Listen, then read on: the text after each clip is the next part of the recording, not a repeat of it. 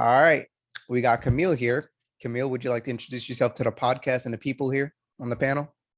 Yeah, so my name's Kamil. I'm a real estate agent in the Fayetteville area, also primarily a real estate investor. I'm in the Fayetteville area because I was in the Army before that. And yeah, originally from the Chicago area. Okay. Can you speak about how you were raised? Like, I guess let's start from the beginning. How were you Yeah. doing as a kid? Did you always want to join the military and do all that cool shit? So I think I was like a lot of other kids, just kind of playing Army in the backyard, airsoft guns and whatnot.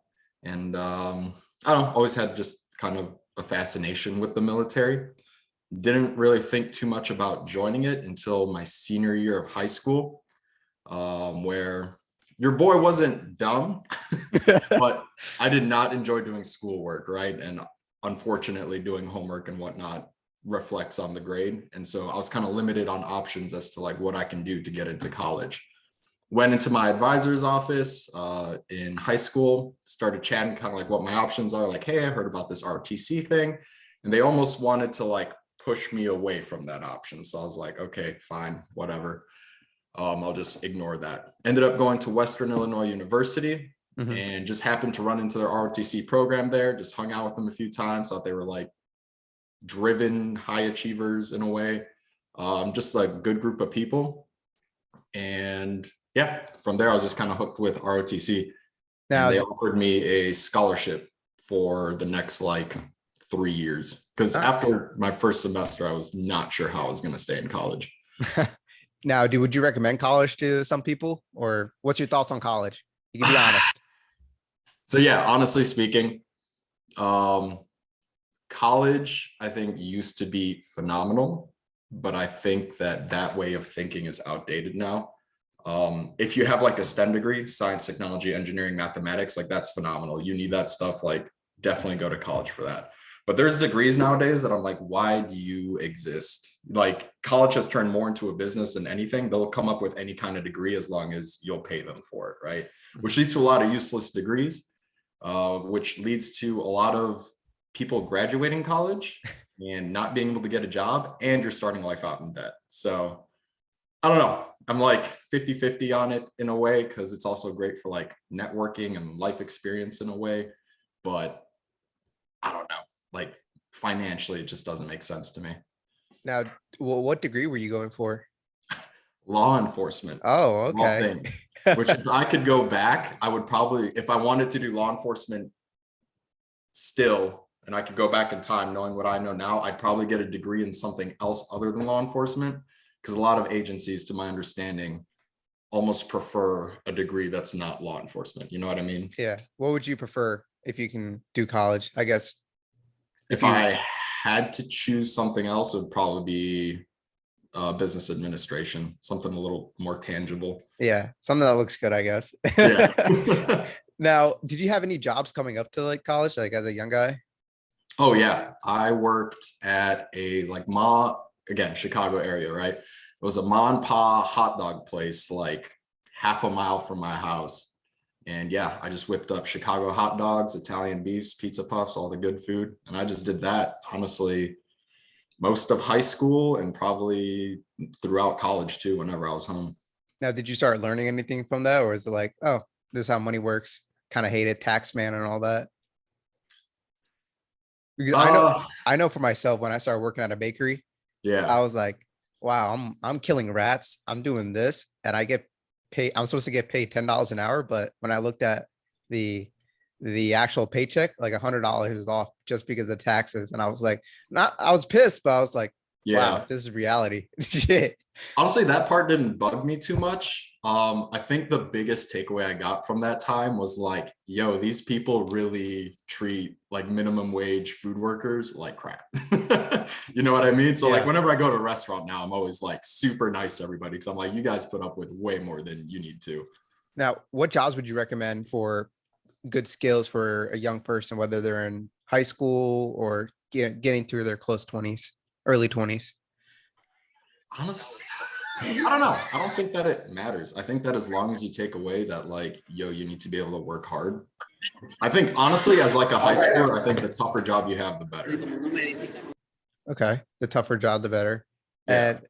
And what was the biggest struggle that you think you had at that age? I think I just didn't know what to do with my finances because I've never been like a huge big spender. Like I'll treat myself every now or then, but I was really big on saving money. Just because how I was raised, right? Like my parents came from Poland. It was always like save, save, save.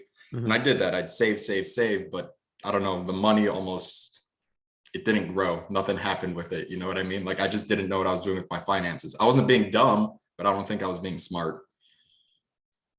Okay, and with any of your, what was the, I guess, the biggest mistake you done with your money?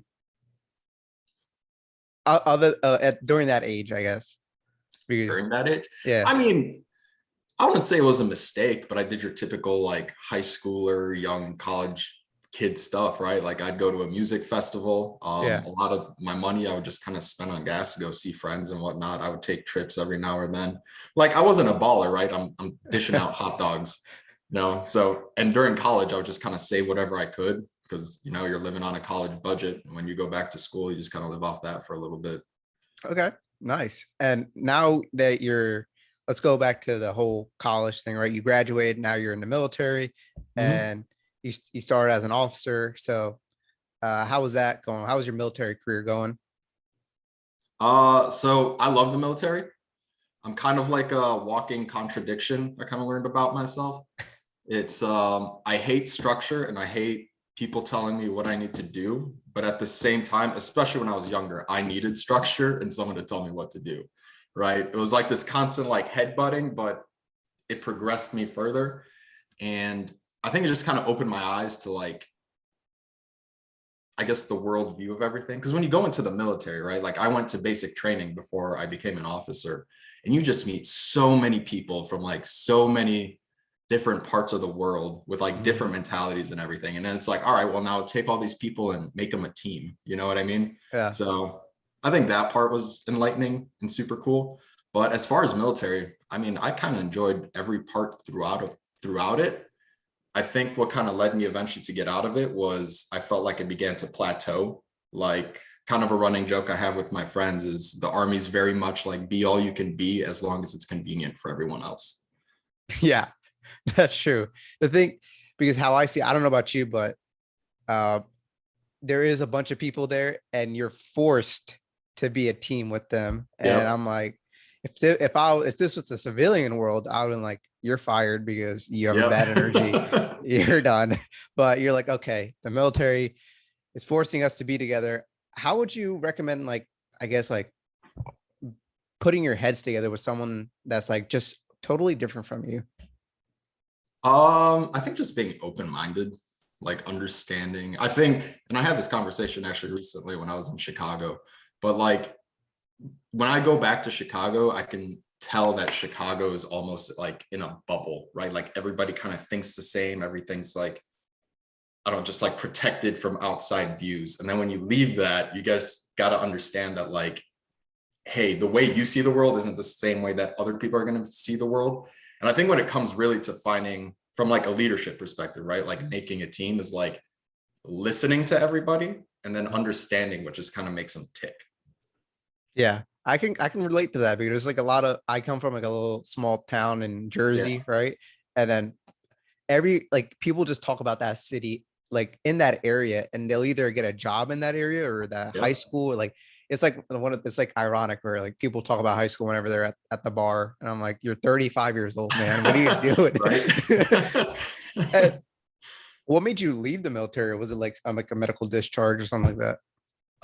So there were a few things that were pushing me out and a few things that were pulling me out of the military. Some of the things that were pushing me out, like I said, be all you can be as long as it's convenient for everyone. I was almost like your stereotypical dude, just trying to go to like ranger school, aerosol, pick up just any school I can, just constantly like push myself, just kind of like an aggressive 22-year-old, right? Yeah, Just trying to hula. prove myself. Yeah, cool. But I ended up going air defense as my branch. So Patriot missile systems, all that stuff. And I talked to HRC, which for those who are not military, they just kind of like govern your career in a sense. Mhm. And leaving Korea, I was like, hey man, like I'm really trying to go to Ranger School. I've been trying to go for like a few years now. And he pretty much told me to my face, like, yeah, you can forget about that. That's just not going to happen.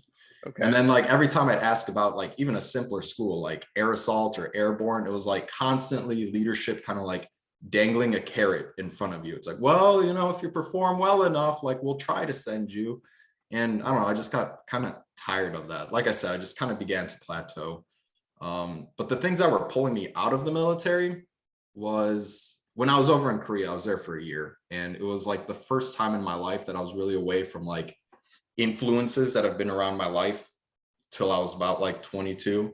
So like parents were gone, right? Other side of the planet. Friends were gone, other side of the planet. And I really started to like think like, all right, like what do I actually want from my life? Like I've started my career. Yeah. And I was super into Dave Ramsey, which are you familiar with him? Yeah. Yeah. Yeah. I'm the opposite of whatever he thinks, but he has some Yeah. good for regular, like trying to like get into like fixing things up. I would say listen to Yeah. him first and then move on to somebody else like Robert Yeah. Kiyosaki or someone.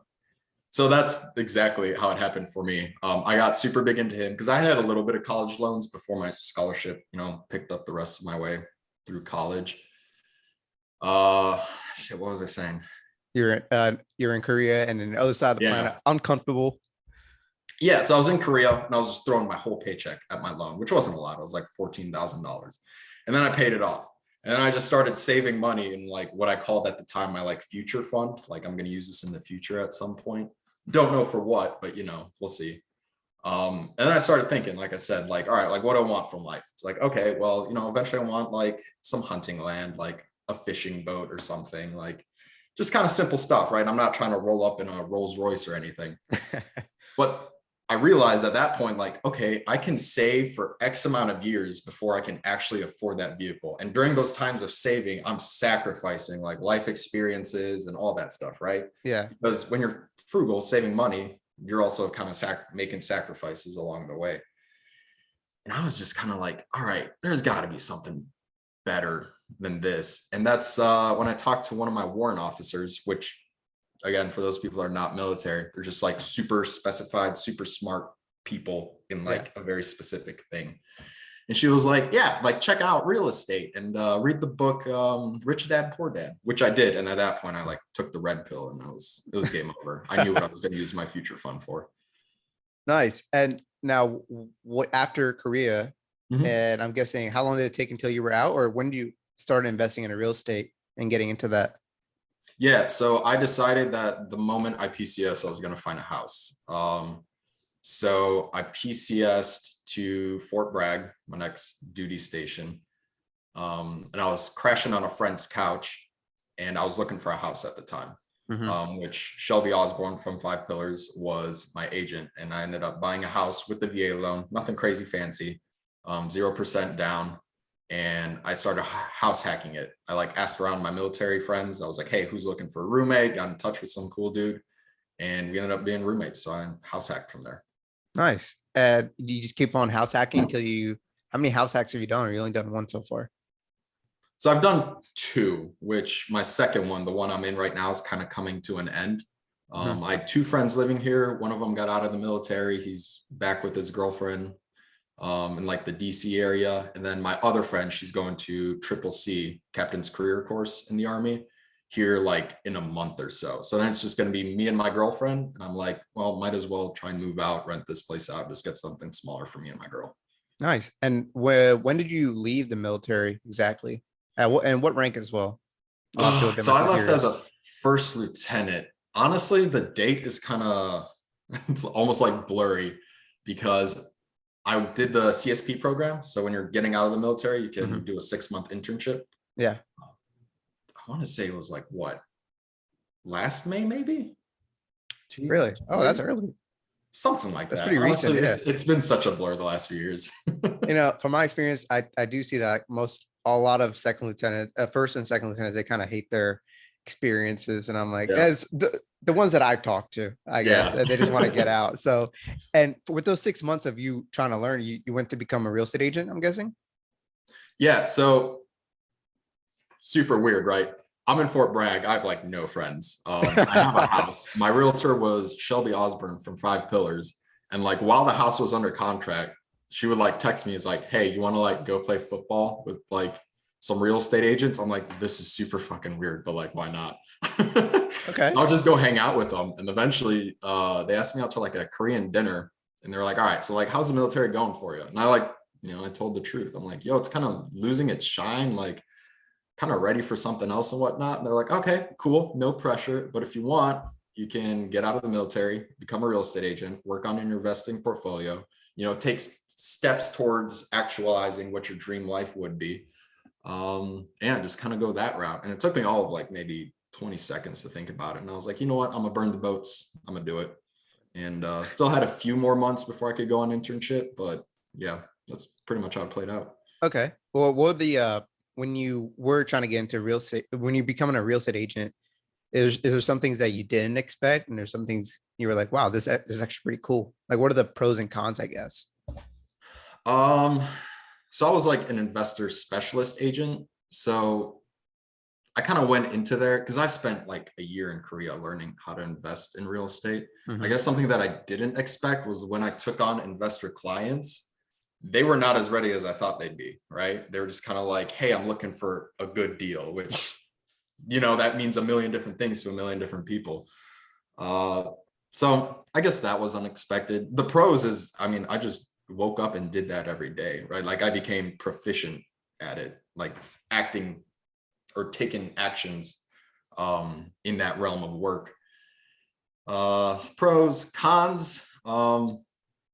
It was kind of weird. I kind of went through like an identity crisis, to be honest with you, because Okay. I was like so hardcore in the military that when I transitioned, it almost felt like metaphorically I was falling off a cliff. Like I had to reinvent who Kamil was. Like I'm no longer Kamil the lieutenant. I'm like Kamil the real estate agent / investor. And it was just kind of like starting over in a sense. Nice. And would you recommend people become like a real estate agent, or who do you think is not ready for becoming a real estate agent? Like what people are not the real estate agent type? I don't know. I don't know if I'm qualified to answer that, How come? You've been doing it for a while. Yeah, I think anyone can be an agent, right? Yeah. It I just guess depends what if you keeps think people you're out of being an agent? Like what are the major cons? Like, is well, I it guess who you're asking too, right? Like, the- are you asking an investor whether they should become an agent? sure, yeah. Let's go with that one. Or just people trying to find like a regular, let's go with the investor side, actually. Yeah. If an Okay. investor wants to become a real estate agent. Yeah. So I would say like we said, there's pros and cons to everything. Pro is like you're doing it day in, day out. You build a lot of connections. If you're an investor agent, right, and you're a good one, you're reaching out to wholesalers. And oftentimes, like you'll be able to find deals before anyone else because you're actively scanning the market every day. It's your job. The cons of that is you're also working, like, like you're providing a service to a client, which I've had some experiences to where it kind of like pushed me away from agent work for a little bit. Mhm. But yeah, as long as you understand that you are still working and like providing services and you're not solely focused on you, I think you'd be fine. Does it feel like a 9 to 5, or is it like something different? So being an agent's 24/7. And if you're an investor, oh boy, in a hot market, it literally is 24/7. Wow, that's pretty good. Yeah. Keeps you on And your toes. it does, and you get good with the numbers as well. Mhm. And is there any advice that you give someone that's trying to get start in the field like entrepreneurship? Just generally entrepreneurship. Yeah, yeah. Man, read books, watch YouTube. Like you don't know what you don't know. Like when I first read Robert Kiyosaki, I swear to God, it like felt like somebody took a windshield wiper to my brain, and I was like, "Whoa, that's how they do it."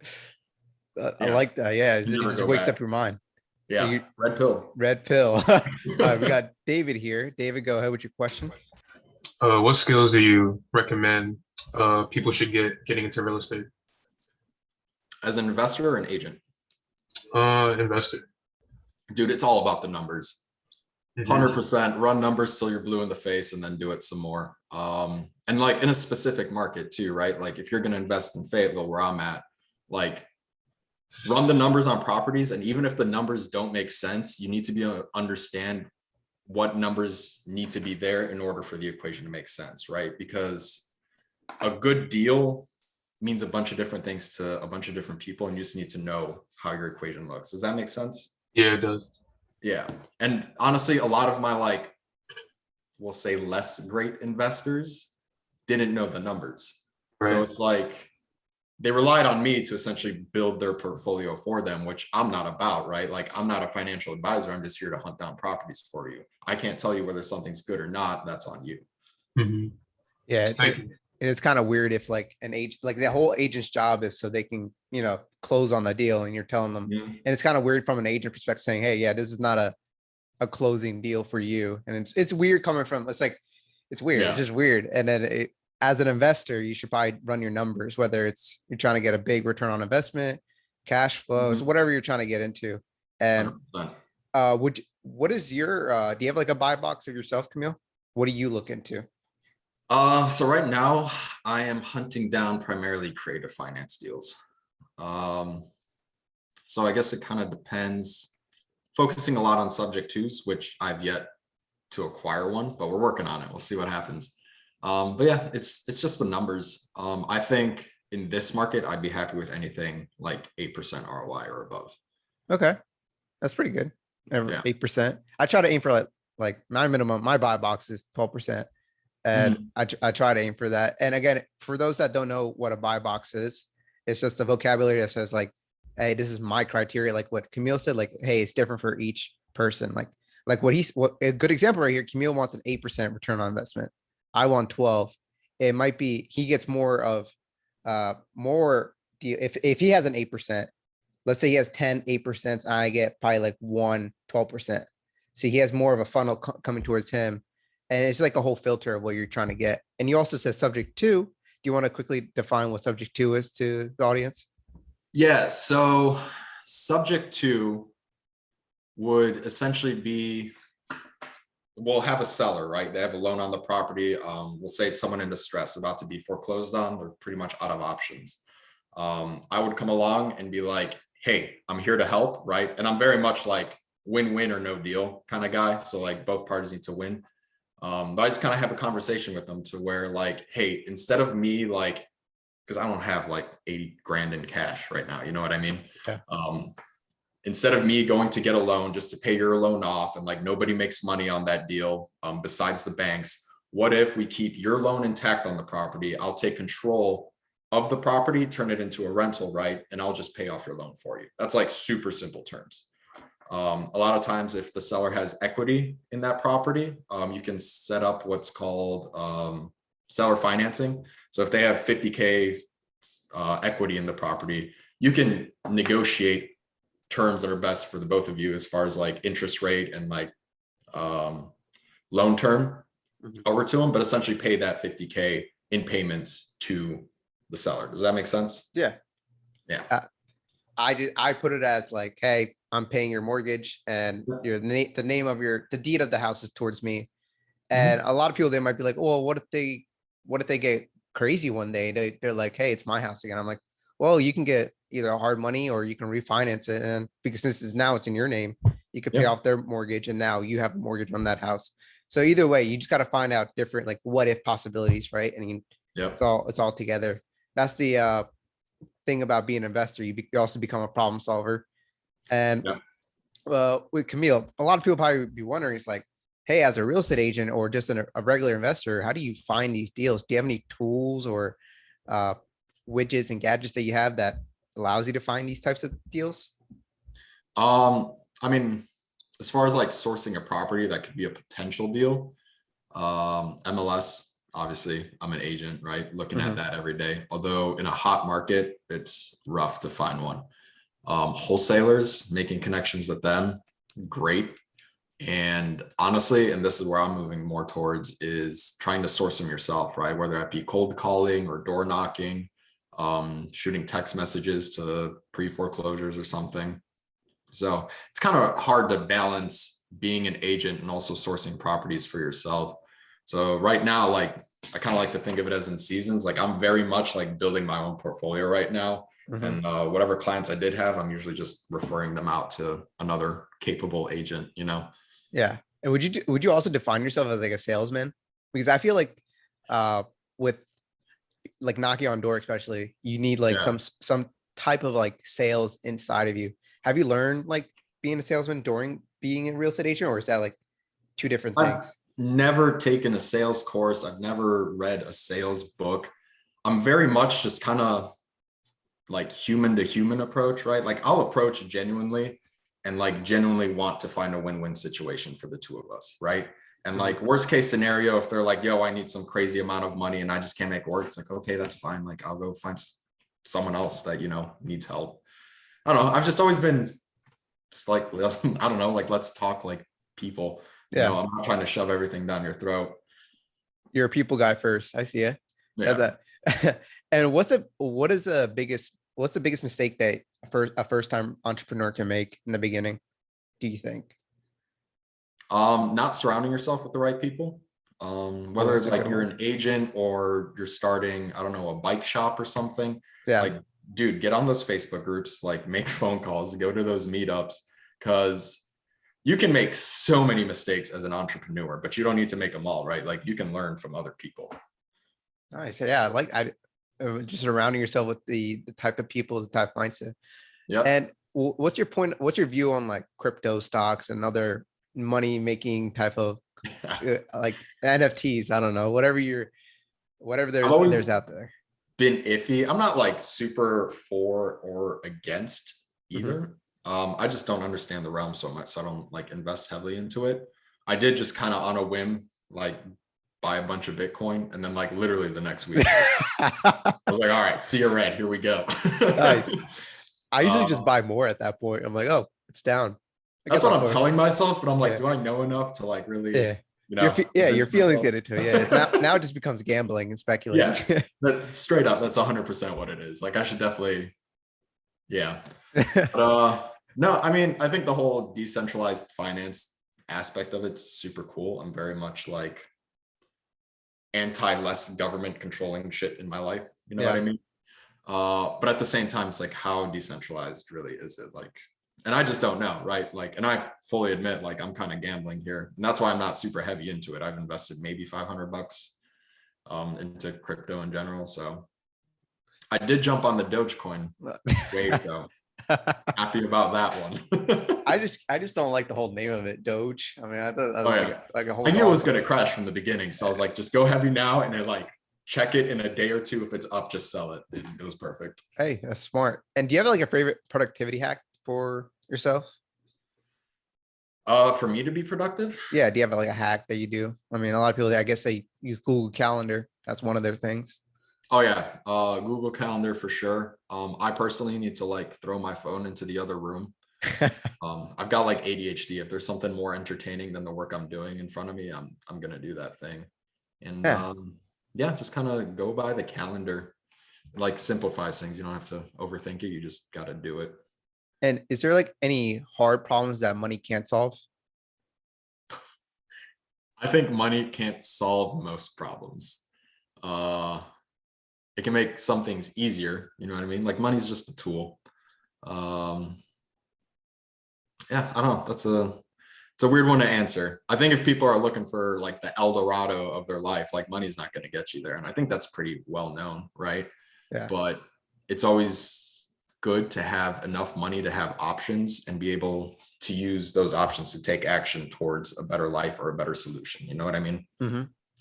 And I know we talked a bit about like partnership, right? Can you talk about like the opposite of what partnership is? So like, can you talk about like the bad partnership and what some things that you should watch out for, like whether it's legal work or what you wish you could have done better with the partners?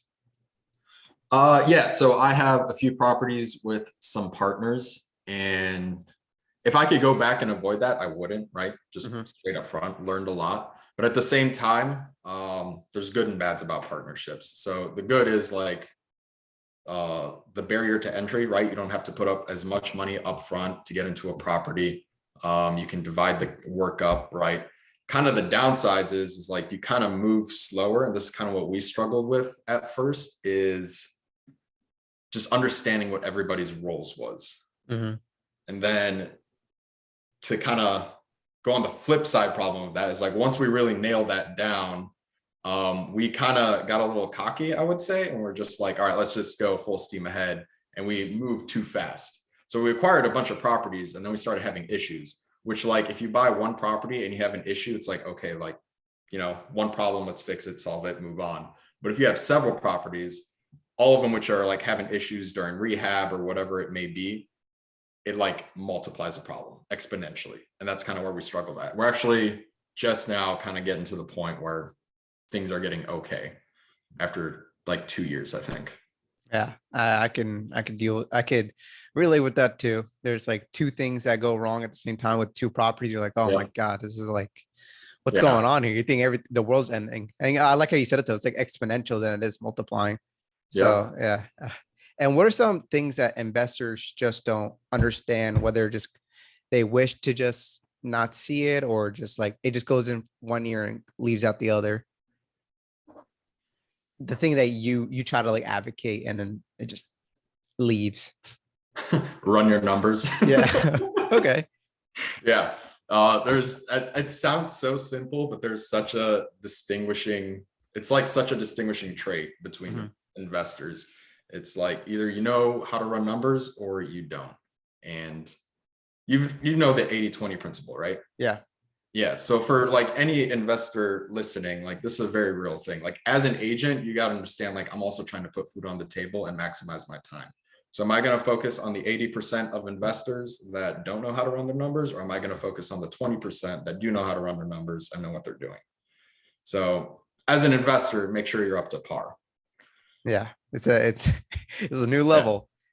And with the going back to the whole partnership thing, do you think what are some things that you didn't I guess expect, like with like is there any legal work that you have to watch out for? Or like let's say I wanted to partner up with my best friend. What would you recommend things with that? What do you think people should watch out for? Forming an LLC, and just kind of how. So I've got two other partners, right? In our LLC, there's three of us. But where we kind of made the mistake is like we put different chunks of money in at different times to make the project work, which made sense at the time. But at the end, on like the balance sheet, all our contributions were different, which is super messy because we're all supposed to have equal contributions. And this is per the LLC, equal contributions and equal ownership. So each of us is supposed to have 33.3% ownership. However, we have different amounts contributed.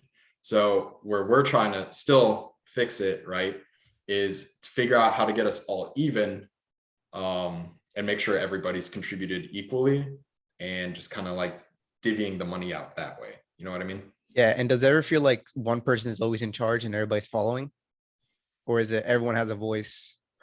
I think it depends on the partnership.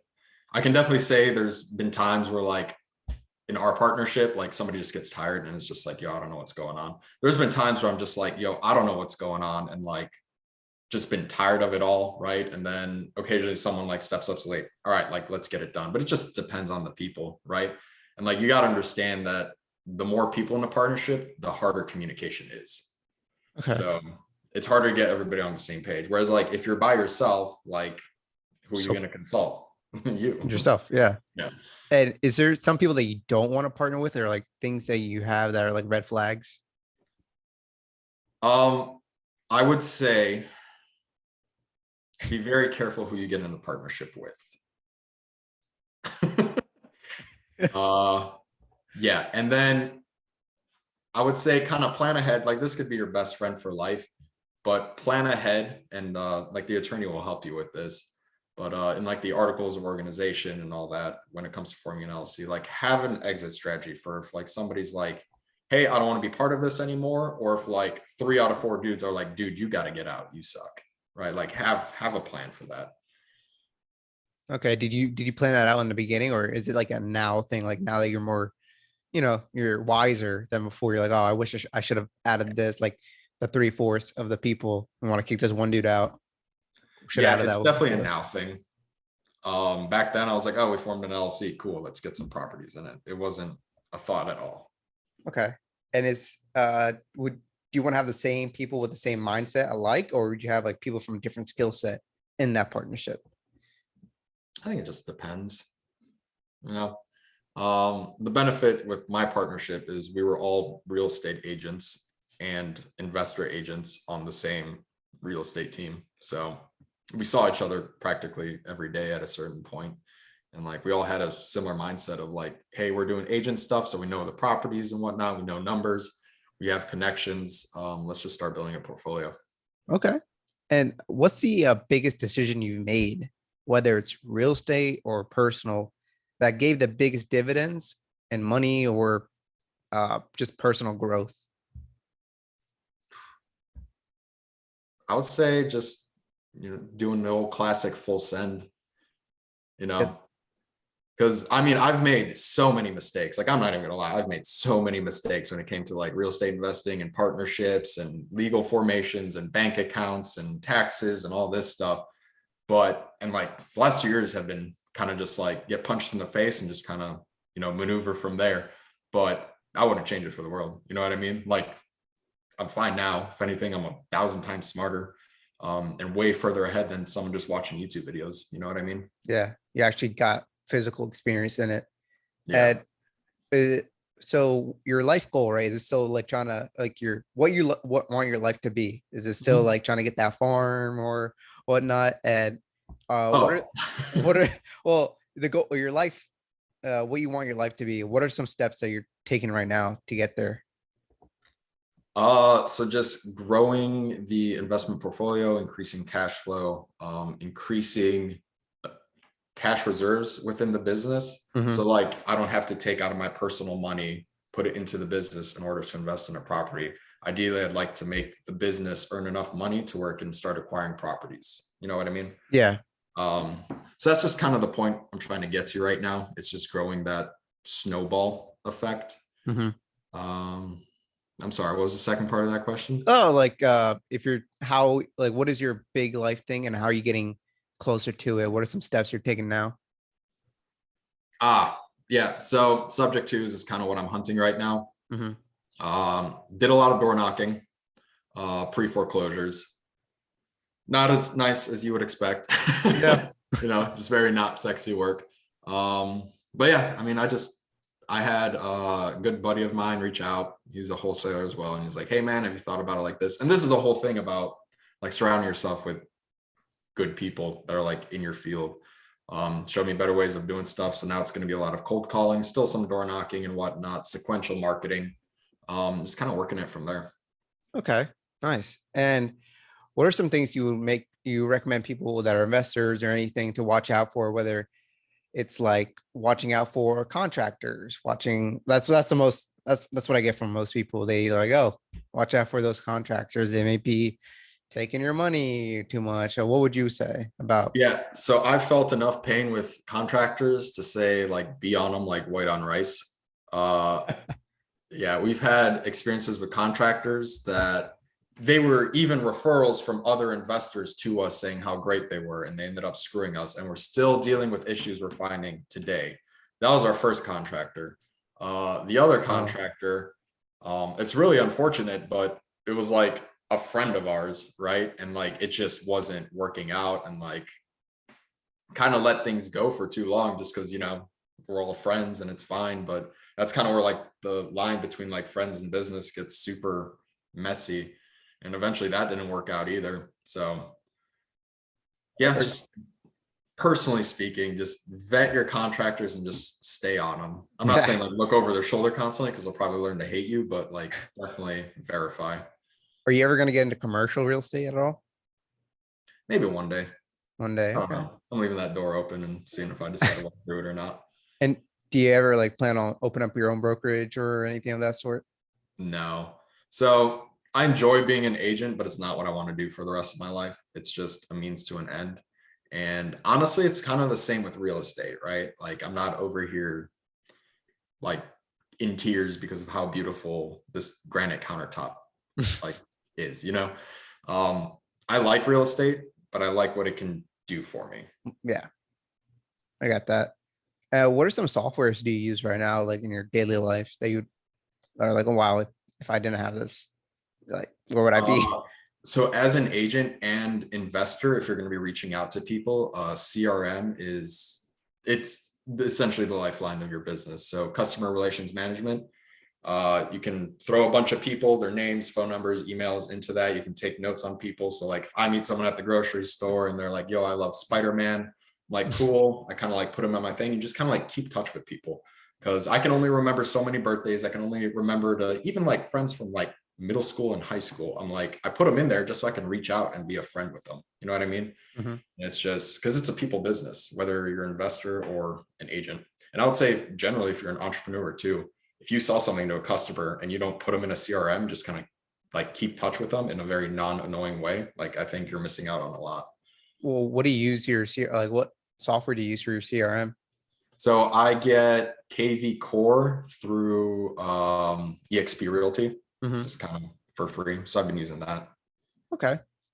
And uh with I guess like people relations, do you have any like best advice? Like you say you don't want to be too annoying, but you want to still keep in contact. Do you have any advice for those like, that are what are they called whenever hermits that they just don't go outside? Yeah. I don't know. The mentality I take is like, I'm not necessarily trying to sell anyone anything and like, I'm not necessarily trying to get anything from anyone. Like occasionally I'll drop a reminder of like, hey man, like heads up, I'm an investor in case you hear about anything, but that's like few and far in between. Other times I'm generally trying to know like, yo, how's like the kids' soccer games going? And if it's like my buddy from high school, I'm like, yo, how's the new job? Like just that kind of stuff. Okay. And is there like an important lesson that you learned this year so far? Man, there's so many, honestly. Whatever pops to your head. I think defining your success. Have you heard that kind of saying? Defining your success in a way, yeah. Yeah. So like everybody wants to be successful, but what does that actually mean to you? Right. And like you need to be able to define it. Like personally, if I get some hunting land, I wouldn't say like I'm successful at that point, but I'm definitely on the right path towards being successful. But I think equally, potentially even more important is like defining what failure is to you, right? Because like you can, my bad, I'm throwing pens around. There you go. You can start your entrepreneur / investor journey, and without a doubt, like you're gonna get punched in the face. It's just kind of how life works, right? Like you don't get the gold medal without going through some hard times.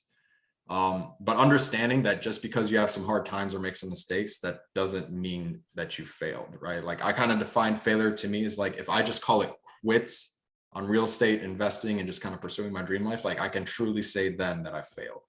But if it's just a minor mistake, honestly, I kind of look at it as a minor win of like, yo, that hurt. I'm not going to do that again. Yeah. I like your approach on it. What's your schedule now and routine looking like? So consistency is a thing. Yeah. It's been tough with all these trips and whatnot, but I don't know, wake up. I like to wake up at like 4, go to the gym, like meditate, read real quick. It's kind of makes Okay. up. What is that book called? The fucking how I Miracle Morning. yeah, Miracle Morning. Is that where you get Yep. that? Yeah. Okay. Go on. Yeah. So I do all that, come home, and then I jump on my CRM, kind of just reach out to people before they start the day. If they respond right away, cool. If not, it's usually by the end of the day. And then just start hunting down properties. It kind of depends whether I'm doing like agent work or sourcing a property myself. But yeah, I usually work till, I don't know, 7 p.m. Okay. And do you have like a purpose / passion? Like what do you define as purpose / passion? Do you think there's like, oh, this is my purpose, but this is my passion, or what is it for you? So I don't think I know what either of those are for me yet. You know what I mean? Yeah. Okay. And I think that's okay. That's okay. Yeah. Yeah. Yeah. I'm kind of the dude right now of like, yo, I know I need to be investing. I know I need to make these cash flow goals. Might not necessarily know what the 10 steps after that is, but I know what my next 5 are. You know what I mean? Yeah. It's like the saying, if you're walking like in the dark woods or something, you don't know where to go next, like the most important step's just the next one. Yeah, and I think I'll just figure it out along the way. And I think kind of like the flip on it too is like I'm in the period of my life where I'm also learning the things that I don't like, which I think is just equally, if not more important, and just moving away from those things, and eventually you'll find your thing. Okay. I like that. And do you have any like values or principles that you try to stick to every day? Uh, I don't know. I would say keep moving forward. It's kind of like no I matter like what, that. you know. Yep. And I don't know, just be a human, because I feel like at the end of the day, we're all just people trying to figure it out. Like, and like everybody's story is different, which is Yeah. like you listen to Bigger Pockets, and I got kind of tired of it a little bit. It's just because like you hear this dude that's like acquired, who knows, like 50 million units or some crazy thing like that. And it's just like, okay, like that's your story, you know, like there's pointers I can take away from that, but it's different, you know what I mean? Hmm. And just kind of figuring out your own story. Yeah. In a way, do you also like, how do you talk to yourself in a way? Do you like respect yourself, or you're more like a David Goggins where you're like, fuck me, keep going? Like, what do you like to yourself? I Like, how love you you treat yourself? answered, or you asked this question because I've been thinking about it a lot lately, right? Um, Remember when I said there's kind of like an identity shift from Yeah. like military and whatnot. So like Yeah. in the military, I was very much like, all right, don't be a wuss, like get it done. That's like all that matters. And then I realized like from the shift, it's less aggressive. And honestly, at first it was like definitely a little more negative for me. I don't know. And a lot of it's self-inflicted. I just had a lot of like self-imposed expectations of myself, of like, yo, I need to be this high achiever right off the bat and whatnot. And then you get punched in the face like 20 times. And I'm like, yo, what am I actually doing? But I'd say definitely more kinder, and just kind of, or nowadays more kinder, and just kind of just respecting what's been and anticipating what's to come. Yeah. Because I know when I read David Goggins' book and like, I don't know, like 5 years ago, I was like, man, just shitting on myself. Like, like, hey, Yeah. you're the worst thing that God's ever created. Like, I'm like, damn. Now that I'm looking, I'm like, wow, I didn't accomplish as much things as I wanted back then because I was, I guess, treating myself like shit. But if Yeah. I was like, okay, uh, it's more of a, it's not like in your head, it's more just acknowledge things instead of self-deprecating it. Mm-hmm. So if I had basically made a mistake, I was binging, I guess, eating something I shouldn't have been eating. I'm like, well, now I'm more like, oh, I did that. Okay, just not that don't do it again, but understand what, like, why did I do that? How come I did that? Oh, because I bought it. Because there's some like things Mm-hmm. that you could have done that you could have prevented that, but if you just ask yourself why you did it or like understand it more, other than self-deprecating yourself, like, hey, you're just retarded, you're shit, you shouldn't have done that, you fat piece, like, you know what I mean? It's like, like you should have, I mean, it's like things like that. It's like, oh, you change your mindset over time. You tend to love yourself more. And I think so. Sorry. No, yeah, you're good. Keep going. But so I actually struggle with that an immense amount, especially like coming out of the military. Yeah. And I think a lot of it was like, all right, like I need to start journaling. Like I was just in that mindset, like I need to start journaling and start like writing these goals down and whatnot. And then like the day would happen and I would meet like 3 out of the 5 goals, but it doesn't matter about the 3 that I hit. It's all about the 2. And then it's just like this downward spiral of like shitting on yourself. And you get to this point where like you're like mentally bullying yourself. You just feel like, I don't know, like a lobster trying to hide under a rock from your own like brain. So I don't know. I think just having grace with yourself is a super important thing. And I know it's like difficult to say, especially if you're like, not to toot my own horn, but if you're like a high achiever, you're like trying to get shit done. And then you're listening to like podcasts and whatnot of like people succeeding, going on social media, which I low-key hate and love social media, but it's a highlight reel, right? And you just get to this deep, dark place and like you definitely evolve coming out of there. But yeah, just the mentality I take right now is, I don't know if it was like more of a stoic thing, but just kind of like to be the observer of like, hey, I feel like, to be the observer of your own thoughts. Yeah. Like I feel this way. I'm talking to myself this way. Why am I doing that? And yeah, it's just kind of like, maybe it's like multiple personalities or whatnot, but it's like you have different voices in your head and it's got to be able to like sort through them and like be the one in charge as the observer to understand which voice is being too much and which voice is making sense. Maybe some voice needs to be a little louder, things like that. Yeah. I hope that all makes sense. I feel Yeah, like I'm with you because I journal and I'm like, I'm talking to myself like, okay, I mean, there's like, I usually talk to like my past self and like present self and future self, like, hey, what are you guys all thinking? And I call one of them like the beast, right? I put him in a Yep. cage. I forget. Oh, I got it from Kobe, right? Because Kobe, he has like that. He said whenever he gets into the game, like he puts on a whole different like mask on. He's like, Mhm. I'm like the worst thing. Like I'm just a monster, right? So I put him in a cage, and whenever I gotta communicate with them, like mentally, like if you could picture this, whenever I gotta communicate with them, like, hey, I know you're in that cage, right? Let's like talk like 5 feet away. Like, hey, how you doing? Are you? We never get to talk to each other. Like Mhm. he's like, okay, let's see what have you like. He's more of the goal setting, right? Like, look at you. Look, like you haven't done shit so Yeah. far. He's like, he's more of like the like the dad, I guess. But like now, but you have like the brother, right? Which is yourself, the Mhm. present self. It's like, hey, man, what you're doing right now is getting you closer to that. But like the guy in the cage, you don't want to talk to him as much, but when you have to, you can actually go to him. And that's like my thought Yeah. process. I know I I love sound that weird. so much. I sound weird when I say it, but it's like when this is actually the first time I talk about this. Like it's not weird when you talk to yourself or like you just journal about it. No, dude, it's literally the same thing. Like I have like that beast, right? And I Yeah. think when I was like at my lower point, I think I just let the beast take the wheel too much. You Yeah. know, it's like it's helpful to be like, all right, like, you know, gutsy up, get it done.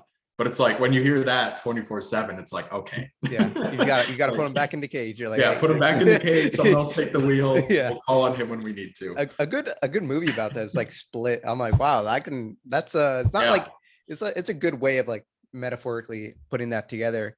And is there I guess like in your world, um I guess you have a lot of FOMO, I guess, like missing out based on like you see like these people accomplishing a lot of things from like social media, right? For me, I just suggest like so a lot of these people they're going through struggles as well. Is that Yeah. I think social media is still a thing that causes people like, oh, I could be doing much better, much this, but it's like it's just what you see. Like a guy on a Lamborghini. I mean, like you could be just renting that out. So I mean, there's a lot of things to it.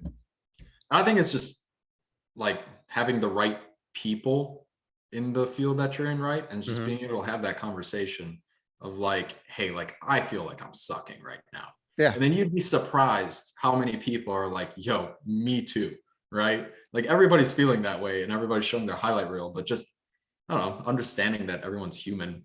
Yeah, you don't want the fakers around, huh? Yeah. Yeah, there's too many of that. Like I guess whenever I go to like a new meetup, people just have like I guess their cover photo. But when you open their book up, you're like, oh, you're actually going through this, you're going through that. Makes a Mhm. lot of sense now. And they can just tell you everything that they want. And do you have like a greatest accomplishment in your life? Like, oh, this is my trophy. A lot of people are like, oh, I ran 100 miles, I did uh the Ironman, or I bought 10 real estate properties. Like, what is your biggest accomplishment, I guess, that people can't take away here? Like, this is mine. I've done this. So I like to think that I haven't had my greatest accomplishment, but I'd like Oh, it to be just like my life overall, you know, yeah. at the end. I would say like, and it sounds super lame, right? Like Yeah. as a 26-year-old to say, but I do have that moment that kind of like sparked it for me. And it was like high school sports, which like I didn't grow up doing sports. My parents were immigrants. So it's kind of like hard to convince them that I want to do a sport and whatnot. And then it's like, you know, just the support wasn't necessarily there just because of like language barriers and Yeah. whatnot. So on a whim, I decided to do football in high school as like a freshman. My like friend dragged me into it. I sucked so bad. Decided to come back sophomore year. Absolute trash. Came back junior year. Did not good, but not horrible. And then between like junior year and senior year, and honestly, like I thank my coach to this day. I was actually doing track at the time too, but they just like, I don't know, sparked something in me. And then like, that's when I like learned about what we call like the beast, right? In the cage is like, yo, I'm just going to get it done. Right. And it was like months of training, months of whatnot, like in the gym, just lifting as hard as I could, being like, okay, like, I don't know if this is actually going to get me what I need to do, but like, I need at least one season where like I'm a starter on the football field and I'm making a difference. Yeah. And it happened. It wasn't a linebacker as I thought. Coaches decided to move me as a center, 185-pound center. I guess I like to hit people. But yeah, no, that was like my moment that kind of sparked it. And that's like kind of what I brought with me going into ROTC, being like, all right, maybe there's a little more in me than I gave myself credit for. Mhm. And that's just kind of where I've been taking it from there, is to Yeah. not underestimate myself. So Were that's you the s- spark. Were you scared at all? Because for a lot of things, for a lot of people, I see that their biggest accomplishment is like something that they've done like that's really scary. You know what I mean? There's like a big fear factor to it. And they're like, Oh. again, it's like the big spark, right? Wow, if I can do this, what else can I do? A lot of people, you know, like 82nd Airborne, they're like, wow, I could jump out of a plane. What else can I do? Yeah. Every day I'm like, damn, I can break my legs any day. I can break them any day. But hey, if I can invest in real estate, it's not as bad. Like, what's the worst thing that can happen? Yeah, Yeah. that's honestly a great question to ask. And I think just stepping stones, like as dumb as playing football in high school, like at the end of the day, who cares? Yeah. But like just stepping stones like that, and especially as a young kind of dumbass, you know, Mhm. it's like to open your eyes and be like, yo, I can actually get shit done. It's great. Yeah. And before we move on to the ending questions here, we're just going to go Mhm. through the panel and see if anybody here has a question. So I'm just going to call out their names and see Yeah, if they everyone's got. been super quiet. What's up? Yeah, I mean, what they told me before is like, hey, they just want to hear the conversation, and then they're like, again, these guys, I'm not gonna make fun of them, right? Whenever I think of, you know, hermits, right, I call one of these guys out, but like, yeah, they're pretty, they get into it. For example, Devin, he's one of my one of the big guys here. I would say he's been doing a lot of things as well. Dev, if you have any questions right now, go ahead. How you doing? Oh man. All right, so I did have a few. You've actually managed to answer Oh, one of sweet. them. One of them was about your routine. You said you still get up at 4 a.m., correct? Mhm. Man. Well, my next question would be, would you have do you have any values or principles that you live by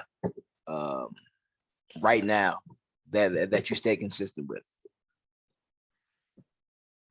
I think again, just keep moving forward and Yeah. just, I don't know, try and do as much good as you can in the world, right? Like recently the thought I've been having is like, I think the best metric of like the kind of life you lived, and I heard it somewhere, right? But it's like how many people show up to your funeral.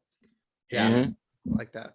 I think the reason I like that so much is because like I can have like, I don't even know, 300 properties, right? And just rich as shit.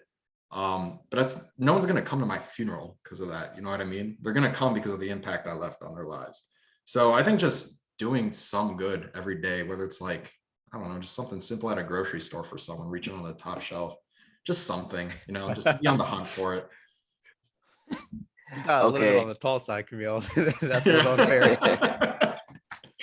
I can Camille, with that funeral thing, I forgot what book it was, but the statistics showed like people, like the average person gets like 250, less than 200 or 250 people, or Mhm. they know 200, 250 people in their lifetime. And if you go to the average wedding, you know, it's 250 from the bride's side and then 250 from the groom's side. So it's like, you What don't, happened? yeah, it's like, if you can, like what you said, be a net positive and like spread your wings to like a bunch of Yeah. people, you get a lot of people that's remembering you. Like, for example, Teddy Roosevelt, like even after he was president, he still would visit the White House and he remember everybody's name there. Mhm. Like the people that mowed the lawn, the people that folded his clothes, like everybody there. And then people were like, wow, this guy's a positive dude. Like things like, Yeah. like small things like that, like you said, like the shelf and everything. These are like net positives that can benefit the world. Yeah. And Dev, you have any more questions? I did. Go ahead. Would you recommend for someone who's just starting out in real estate investing, would you recommend that they leverage their debt to buy a property or just save up the hard cash? Like as in like a credit card finance or something like that. So it's all about running the numbers, right? I would kind of steer away from credit cards because those are super high interest rates normally. Mhm. And again, the typical school of thought is like use other people's money, right? Like you'll get a better return on investment by financing it through a bank and whatnot to get that return. Personally, and again, everybody's different, right? Like if you just need some kind of cash to keep you afloat well enough to where you can quit your job and then focus on something full time, maybe that full cash thing does make sense. Depends what you want. Typically, I would say definitely simple bank loan is the best way to start. It's not overly complex, but you also learn about like interest rates, learn how like the return on investment works. You learn about inflation and how you get richer over time with that money. I would say that's definitely the way to go. And paperwork. Which do you know any banks? I mean, in your credit unions that you can recommend to get a good loan from? So as an investor, check out the smaller banks like Wells Fargo and whatnot are very difficult to work with. If you hit up a smaller bank, they're more willing to work with you. Not always, but typically.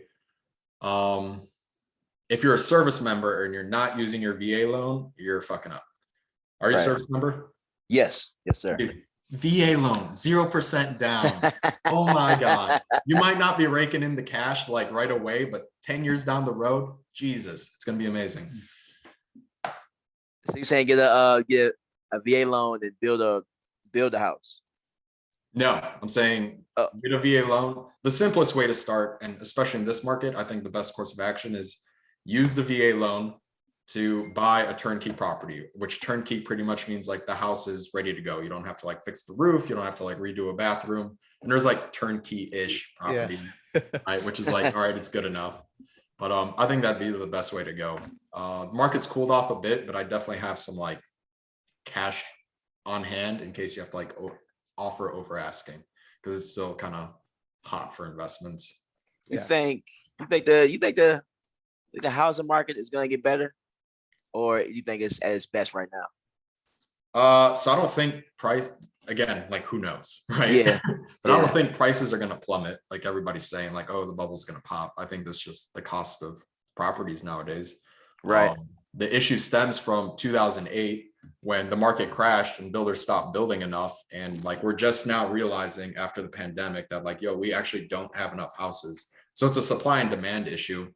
I think as rates continue to go up, there's going to be less people looking to buy and more people looking to rent because everybody's skittish in like a recession, which I've seen my rents go up. Like I'm turning one of my Airbnbs now into a long-term rental just because the rents are higher. But yeah, there's less competition in a recession too. Does that help? Yeah. I feel like I'm ranting sometimes, so No, you gotta you're get good. me back on track. Do you think we're in a recession? That's what somebody told me the other day. That we're starting to begin into an unofficial recession right now. Yeah, so I don't know. I found out today that like they changed the definition of a recession or whatnot. All I know is my stocks are in the red. Everything costs a lot. People are more skittish to buy like properties. Right. I kind of take that for what it is. I don't think having a label of recession or not matters so much. I think the effect is, what we're seeing. Just look at the gallon of milk. Yeah. And Kamil, you said you recommended the VA loan for Dev, right? And Dev, he's like an enlisted soldier, and he's like, not married, not nothing. He lives in a barracks, right? And yeah, you can still use the VA loan. It's like, but it's a lot more difficult because since he doesn't get BAH. Yeah. With that, I would recommend getting a multifamily, right? Whether it's a duplex, triplex, and not figure out, but like you'll rent out the place. But if there's like some like small, like, oh, I still got to pay $500 a month. Just imagine like your property has like a savings account. So you're just putting 500 and 500 into it. You're like, okay. And then 10 years later, it's going to appreciate. If it does appreciate, well, it will appreciate. It's going to appreciate, and you see, wow, your money just, and that savings account, you can pull it out, and all that money you just pulled out. So at the end of the day, like there's ways of solving this. You don't, you become a problem solver, and it's going to be a little bit difficult. Yeah. Dev, you got any more questions? Oh no, man, appreciate it. Thank you for talking to me. Yep, For sure, man. Julian, go ahead if you got a question. might not be there. Going once, going twice. All right. It happens. Yeah, bathroom breaks. Yeah. Yasir, go ahead. If you got a question. Going once, going twice, sold. All right. And we got Pena, I think. Yeah, Pena. Go ahead. What it do? So I came so late to this meeting. Oh, you're We good. got stopped at the gate. Didn't have registration.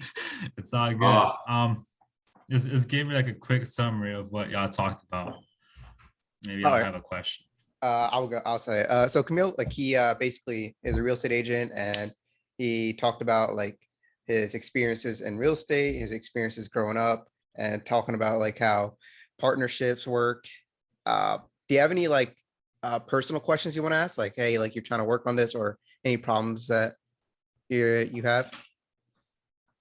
Sure. So when you started being a real estate agent, Mhm. was there like a time you had to be like somebody's, excuse my language, like somebody's bitch to like learn from them for a while and like work for them for free where you can gain that knowledge and all? Yeah, so I'm assuming you're in the military too, because you got stopped Indeed. at the gate. Affirmative. Yeah, so you know the CSP program? No. So career skills program, essentially 6 months before you ETS, you can become an intern at a company. So that's what I did. And you get paid by the military during that time. Highly recommend you check it out if you're trying to get out. But I was an intern at my real estate company for like the 6 months, but I started getting my license before I went on that internship. And it kind of lined up perfectly to where I started my internship and I was licensed. And to be honest with you, I kind of wish I was somebody's bitch for a little bit to like learn about systems and processes and like how to do the agent thing instead of like trial by fire. Yeah. But I was licensed at that point, so I was just full steam ahead and being an agent. Oh yeah. All right, bet. That's thank you. Yeah. Okay. Now we're gonna head to the ending questions here. So Camille, if you can go back in time, right? What would you tell your younger self? Oh my gosh. If I could honestly have the knowledge that I do at 18 years old. Yeah. It's almost dangerous what I think I could accomplish. Like if as an 18-year-old, I read Rich Dad, Poor Dad and actually understood it and like believed in it. Because that's another thing, right? As an 18-year-old working minimum wage, like, you know, what do you think you can actually accomplish? But if I just had that knowledge mindset, I would have more properties by now, probably cash flowing way greater. And with the market up, like my net worth would be probably triple, if not quadruple. Get into real estate early. All right. Yeah. Is there anything that you would like to tell your future self as well? Like a question or two? That's a tough one. I hope you're enjoying life. You know what I mean? Like, Yeah. I don't know, just nose to the grindstone right now, and hopefully it's all worth it. Okay. Do you have like a secret sauce? Like, what do you think the secret sauce is to being successful in your terms of being what the word successful means to? Oh man, I think it's just being real with yourself, and just understanding the truth behind like the world. Because like we see so much on social media and like people being successful posing with a Lambo and whatnot, but like, is that really what successful is? And just understanding what you do and don't like. And like I said before, sometimes even knowing what you don't like is just moving in the right direction. Yeah. Does that kind of answer it? Yeah, it does. It like moving to the right direction. Yeah, would be good. Yeah, I guess I would say just like stop giving a damn. Like people, there's so much noise out there as to like what you need to do to be successful and like this is what success is. And it's just like, dude, figure it out for yourself. Like no one can tell you what you need to do to be successful, right? Like people can help, there's tips and whatnot, but their success is different from your success. And at the end of the day, not saying like this is what I want because I'm still trying to figure out what I want, but if like I got a fishing boat and I'm on a lake every day and like I'm happy, like what do I care if some dude's flying in a private jet? Like, you know? Yeah, that's a good one. And for a quote, right? Do you have any quote that you live by? And yeah, not caring about flying jets. Yeah. Honestly, I'm kind of weird with the quotes. Like Like there's a lot of quotes that kind of pop into my mind sometimes, but there's nothing really coming into mind right now. I guess, pardon the language, but just fuck it, full send. Full send. I love it. Yeah. And okay. And for books, right? What would you recommend for certain situations or parts of your life? What books would you recommend? I would say something that kind of crosses all boundaries of life. Extreme ownership. Right, Jocko Willink. Yeah, as military dudes, yeah, Mhm. I'm sure you guys get it. Do you But, have you read Dichotomy of Leadership as well? Dichotomy of leadership. Yep. Dichotomy. I don't keep why. I don't know why I keep saying It's all dichotomy. good. Yeah. Well, yeah, that's a good one too. Any other books you recommend? Rich Dad, Poor Dad. Obviously, I would kind of recommend that to anyone starting out. Miracle Morning's cool. I was like super about it, but then I kind of just realized like, yo, I'm spending more time getting ready for my day than I do on my day, you know? Yeah. Just finding that balance of stuff. And then honestly, like whatever strikes your mind. I would say like almost if you're like super into like the business books and self-development, like almost get away from that. Like read a book about something else. Because at a certain point, you're like reading stuff and it doesn't mean anything, you know? Yeah. With those types, like it's like the same amount of books, like whether it's like networking with people, I'm like, dude, just get the audio version or just Right. read like a short summary of whatever that book is. If you're read like, I don't know, How to Win Friends and Influence People, just like the other books, just get a short summary and then Yeah. see what you would miss out. Yasir, if you got a question, go ahead. I think your mic's muted. I'm just so nervous. Oh, you're good. Go ahead. Nah, it's all good. Well, you don't got a question? No. Oh my God. I This don't know what my guy. favorite ice cream flavor is. Fuck yeah. Black cherry. I got a question though. Should I join Andrew Tate's Discord server? Oh my God. Isn't Andrew Tate that like super angry guy on social media? No, now? he's Yeah. the top G. It's not I know. Yeah, If he's the dude I'm thinking of, he's like bald, right? yeah, he's bald. Yeah. Yes, he's Yeah. bald. I don't know. I don't know anything about him, so I ain't gonna judge too hard. But he's like one of those like, you know, the saying "doth do protest too much." No, what is that? So it's Never pretty much like if somebody keeps saying like, "Yo," for example, like, "Yo, I just hate chocolate chip cookies," and they just like keep bringing it up and whatnot. At a certain point, you're gonna be like, "Dude, what's with you and chocolate chip cookies? Like, Yeah. do you actually like them? You know what I mean?" I just feel like this dude's trying so hard to be a hardo that it's like, dude, like, what's going on? You know? I just think people just don't realize that it's all a marketing thing. Not I that think so. it's like He's so fake, right? he's not fake. Like he does what he Uh-huh. does, right? It's just that he's making a shit ton of money out of doing it. And like people like you, Yassi, are like, oh, should I join his Discord server? Like if But you like ask that, he if you- still has every month he has like 100,000 people in it stable. He's not losing people though. Is that a good thing? That's a good thing. for who? Yeah. There's 100,000 people in his Discord server. The thing about it is that he's the one that's winning out of all that. Probably not you. It's like, what do you want out of it? But Yeah, like, people are what draws you making to money this out of guy? it too. What draw like for Yasir, right? He's like he's turning 16, so he's kind of he's going to high school and he's like learning all this. So like, you can see like the adolescence in it. And in Yasir, you're No, I saying, get it. yeah, And, you're like- saying you're joining the Discord server to get what out of it though? Money. Money. I You want want- to talk to the top G2. Okay. What you got on that, Camille? What's your point on that? Again, I think it's one of those like doth do protests too much. Like I feel like there's so much. Again, I don't know shit about the dude, and quite frankly, I don't care.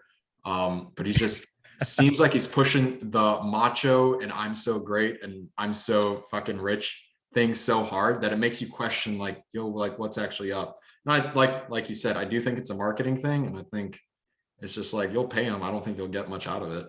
Yeah. Like Yasir, everything that you can learn is literally free on YouTube.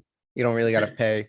Dude, YouTube, I wouldn't even go to college. Just YouTube University. That's all you need. Just look at the right Yeah. questions, look at the right things, and you'll find it. And I use Reddit a lot too. Things that, Reddit. yeah, I mean, Reddit, Bigger Pockets forums, like things where, or Facebook groups too. There's like, a lot of weird people on Reddit, not gonna lie. It's wherever you try and find them. I don't know what you're looking at, but yeah, that's all it is. If you're trying to do his Discord thing, I would say like, you know, send it, but truthfully, I Yeah. don't think you're gonna get what you think you are. You Why got you to join it and tell us how it goes? yeah, like touch fire. Let's see, just touch fire. Let's see how that works. Yeah. You got to touch fire sometimes though. If you want the kid to like learn like, hey, does the stove burn when I touch it? I mean, you got to figure it out. Any other books that you recommend as well? I don't know. Like I've read a lot of books and oh, actually Profit First. If you have an LLC and a business going, like definitely read that. Oh, I haven't read that I one. already read Rich Dad Poor Dad. That's a Yeah, did you like it? No, God. Why not? I was learning about stocks in there. Stocks. Stocks? Yes. How are you learning about stocks in there? I don't know. Yeah. Timey has the book, Okay, yeah, his sister. and I just read like a little bit, and I Okay. just made a guess. I think the general idea behind it is like, yo, just get stuff that pays for the lifestyle you want. Like if you want like, G status, your own private jet and whatnot, like, dude, full send, get that, give me a ride when you get one. But it's just like the idea of like, get stuff that pays for that instead of like you going to work and like making money for that. Does that make sense? Like make money in your sleep. That's a good way.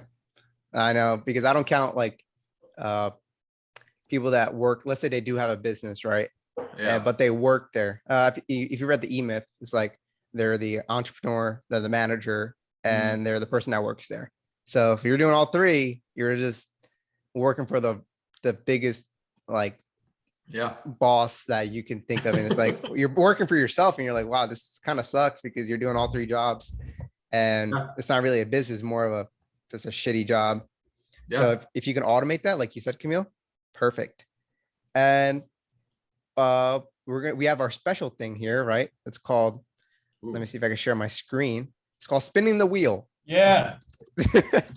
Right? Do you see my screen? Ooh, I'm pretty good at spinning. Okay.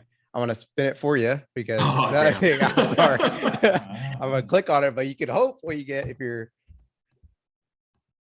All right, It's let's see gonna be what you get. movies you love. What Oh, I yeah. said. Look at I was that. literally about to say, I hope it's not that one. Oh, you don't watch movies? What do you? Dude, I'm not a big movie guy.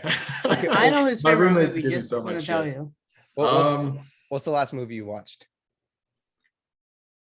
Venom. No, I don't know what the last movie I watched. You know what? I will say probably Rocky Balboa. I don't like watch it religiously. I've maybe seen it once, that? maybe twice. The actual Rocky or the actual what is it? There's the movie called Rocky Balboa, and there's Creed, not Creed.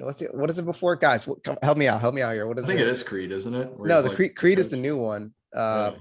John Wick. No, not John Wick. God, it's like a, Johnny Sins movie. what is the boxing movie? What is it?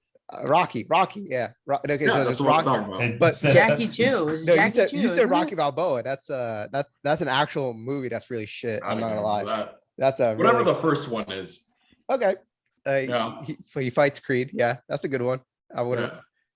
Do you, Just would getting you- his like face smashed in and he just keeps getting up. Like, Yeah. oh yeah. there's a favorite That's quote. life right there. There's a good quote from there. It's like, yeah, it's not how many times you get hit. Yeah. It's how many times you get hit. It's how many times you do fall and like keep And get standing back back up. up. Yeah, getting back up. Yep. I'm Ooh. fucking up the quote, but it's Yeah. there. No, I know what you're talking about. It gives me goosebumps. That's life right there. Yeah. If you listen to a good like motivational like song in the background, like wow, yeah, Yep. it hits you. And is there anything that you would like to tell your mother or father if they're listening to this? Oh my God. It's super grateful for my parents. Yeah. Just love them and for everything they did. And dude, they were like immigrants from Poland. The fact that they came here, didn't know the language and like raised two shitheads and like, oh my God. I honestly don't think I could do what they did. Like I can get a million properties, fly that private jet and go on vacation Be the 11 top months me. out of the year. But like, I don't think I could top that. That's some next level shit right there. Okay. Nice. Well, you have a sibling? Yeah, I got a younger brother. Okay. What is he doing right now? Dude, honestly, I'm not too sure. He does a lot of computer stuff. Yeah. He tells me about it and I just don't get it. So he's a nerd. Okay. Yeah. Yeah, well, we need more of those in the future. Oh, Now, yeah.